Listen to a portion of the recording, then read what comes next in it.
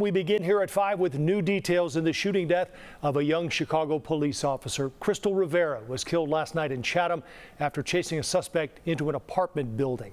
We have team coverage of the investigation, and we are hearing from her longtime friends as well. We begin with our Dorothy Tucker. She's live at police headquarters with new information about what happened. Dorothy?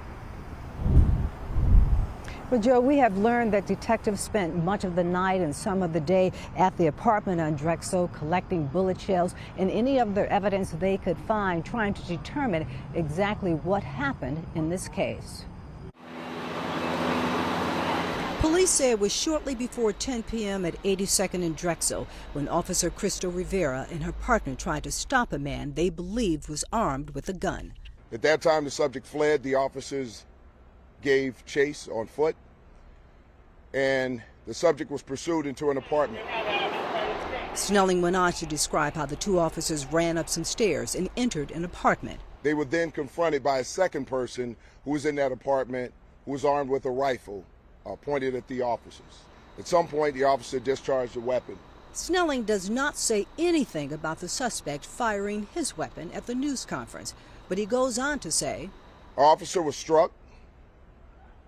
She was then transported by assisting units to the hospital here, where she later succumbed to her wounds. There is also no mention of a suspect firing a weapon in a news release sent hours after the shooting. How she died is at the center of the investigation. Legal analyst Irv Miller says the bullet that struck her will reveal what happened. They'll be able to determine by checking out the bullet that when the officer was shot with, what gun that came from, and that will determine whether or not it was the person with the rifle or perhaps it was one of the officers. Chicago police are providing few details beyond their initial statement. Police did make an arrest. The two individuals who were in the apartment fled the apartment. They were later apprehended shortly thereafter by assisting units. Officer Rivera was rushed to the hospital by fellow officers, but on the way, the car caught fire and she had to be transferred to another squad car. Our officer was young, vibrant, and a hard worker.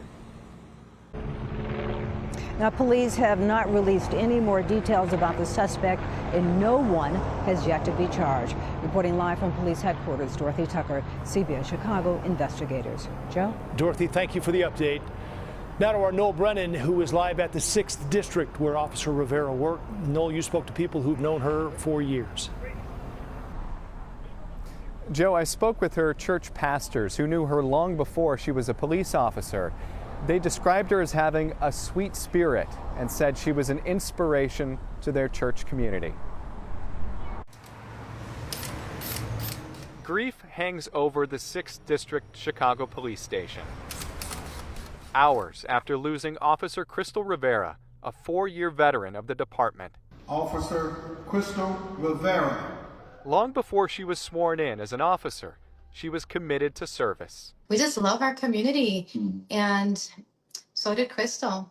Jennifer and Daniel Cruz are pastors at Faith World Church in Belmont Cragen. Krystal Rivera attended our church for about 15 years, so we literally seen her just really grow up. If you knew her, you knew that she was very determined, but she had such a sweet spirit and a gentle heart. Early Friday morning, officers lined the road as an ambulance carried Officer Rivera's body to the medical examiner's office. When I seen her picture, I was like, there's no way.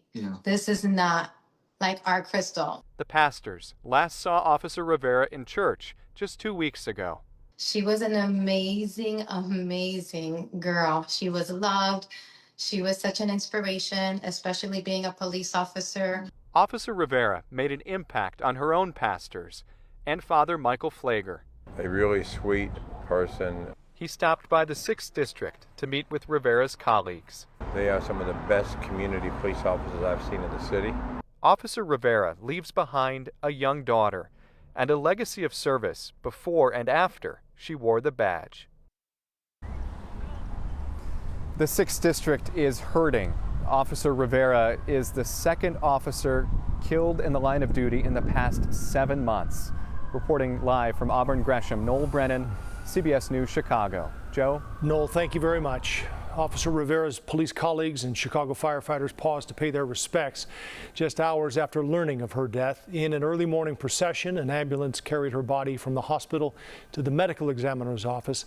And on the ground, first responders lined the streets to offer a salute and their condolences. Stay with us here at CBS News Chicago. We'll bring you any new information on the investigation into Officer Rivera's death. And as we learn it, you can learn more as well on air and on our website, cbschicago.com.